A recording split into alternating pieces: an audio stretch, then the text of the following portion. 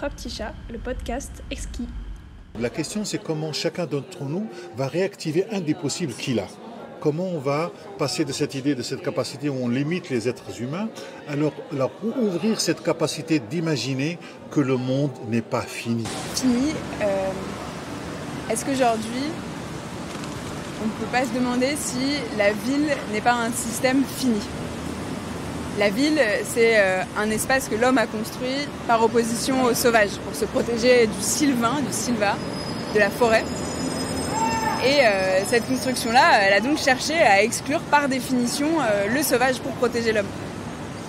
Mais aujourd'hui, dans la ville finie, donc qui est une ville qui a souhaité exclure le sauvage, est-ce qu'on ne peut pas se demander si la continuation de la ville ou la solution pour la ville, pour continuer à être un espace viable, c'est pas de réintégrer du sauvage. Et moi je me demande si la ville, justement parce qu'elle ne s'est pas construite en opposition au sauvage, elle n'a pas la possibilité dans son idée d'intégrer le sauvage. Oui, parce que c'est paradoxal en fait. Puisque la ville s'est construite par opposition, alors pourquoi est-ce que le sauvage pourrait exister en ville ? Le sauvage, de toute façon, existe en ville et arrive à émerger. Que ce soit par des formes, on va dire, du sauvage connu, un peu primaire, c'est-à-dire le sauvage qu'on connaît, ou le sauvage qu'on s'imagine, c'est-à-dire les animaux, les plantes, les renards qui fouillent dans les poubelles, les blaireaux, les ratons laveurs en Amérique du Nord. Ça, c'est un sauvage, on va dire, c'est le sauvage qui correspond à nos imaginaires du sauvage. Et en même temps, la ville, elle fait exister un sauvage qui vient de l'homme. En fait, la ville, elle a exclu ce sauvage animal, qui est notre sauvage imaginaire un peu fantasmé, celui du sanglier qui est au fond de la forêt. Et en fait, la ville, elle fait exister un autre sauvage, qui est un sauvage un peu social ou culturel, qu'on pourrait appeler aussi un sauvage secondaire, qui est le non maîtrisé. En fait, ce qui est sauvage pour l'homme, c'est ce qui n'est pas maîtrisé, c'est ce qui n'est pas domestiqué. C'est en fait l'inverse de la ville. Et à partir de là, on entre dans un sauvage culturel, c'est-à-dire le sauvage n'est plus le renard qui a la rage, mais en fait le tag sauvage, la personne sauvage qui est la personne mal élevée, ou même la personne qui répond pas aux codes et aux normes de la société.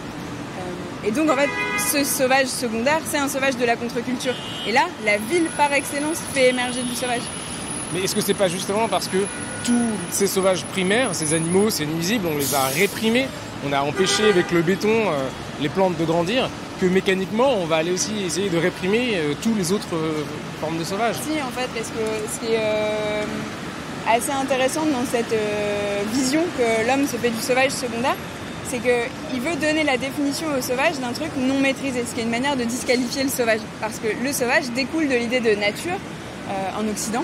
Et en fait, la nature contient des ordres et des organisations qui, sans l'homme, en fait, sont des écosystèmes fonctionnels, on pourrait même dire parfaits presque. L'homme essaie de faire croire, ou de se faire croire que le sauvage, c'est ce qui est désordonné et que lui, il aurait la clé de l'ordre. Donc, on a deux ordres, deux organisations concurrentielles qui sont la ville, qui est une forme de quintessence de l'organisation humaine, et le sauvage, qui est en fait une organisation à part entière, qui est aussi totalement fonctionnelle.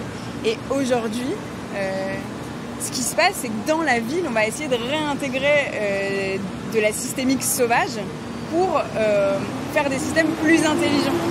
Et ça, c'est en fait la force du système sauvage par rapport au bricolage que l'être humain peut proposer en tant qu'ingénieur, mais qui en fait est uniquement de l'artifice. Et ça, typiquement, c'est l'utilisation des services rendus par la nature avec, au Havre, les urbanistes qui font des plans où les plantes sur le bord des routes récupèrent l'eau plutôt que d'avoir des canaux en béton. Et les plantes filtrent les hydrocarbures et l'eau rejoint la nappe phréatique. Et en fait, là, on est dans un service du sauvage. Mais là, la question qui est posée par ce genre de système-là, c'est est-ce qu'on peut inventer du sauvage ? C'est-à-dire, est-ce qu'un sauvage placé là intentionnellement, donc en fait, des plantes choisies, ingéniées et trouvées par l'homme, sont du sauvage ? Miaou.